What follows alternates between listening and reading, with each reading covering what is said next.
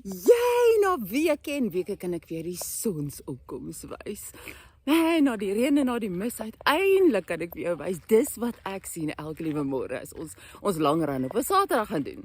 So, skrif vir die dag. Klagliedere 3 vers 22 tot 23 wat sê, dit is deur die goedheid van die Here dat ons nie omgekom het nie. Ja, sy ontferminge ken geen einde nie. Elke môre is dit weer nuut.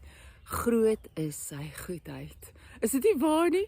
Hy weet, in ons is nie veel goed nie. Johannes 2:24 sê, dat hy weet wat binne in ons is. So hy weet ons het nuwe beginne nodig. Ek weet nie van jou nie, maar jou hart, jou besluite, jou prioriteite, as jy weer sien, het jy nuwe genade nodig. En hy sorg dat daar baie daarvan is. Elke keer is daar 'n nuwe sekonde, 'n nuwe minuut, 'n nuwe uur, 'n nuwe dag, 'n nuwe maand. En hy het nogal in die Ou Testament moeite gedoen dat jy verstaan dat daar klomp nuus is, né?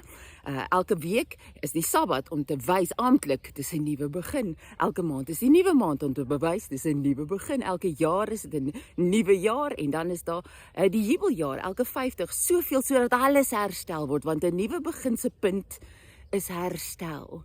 Dis hoekom hy dit vir jou sê. Nou sê jy vir jouself, Here, dit help nie. Ek sê elke keer as skies en dan begin ons weer en u weet dat ek maar net weer gaan aanjaag nie. Ons Here is magtig nederig genoeg dat hy sê, hy gee nie om wat dit vat nie. Hy soek die verhouding, hy soek die herstel. Al wat jy moet doen is, vashou aan hom, aan die wete dat die goeie werk wat hy in jou begin het, sal hy tot volëinding bring. Hy is die hoop wat ons het. Sy nuwe begin, sy hart, hy sê, hy is die een wat in ons wil en werk na sy welbehae. En daardie nuwe môre, herinner jou daaraan. Môre, oormôre, volgende week, volgende jaar, elke keer is hy daar.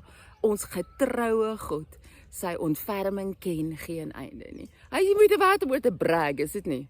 Nou maar toe, dis vroegoggend, ons nog ver om te gaan.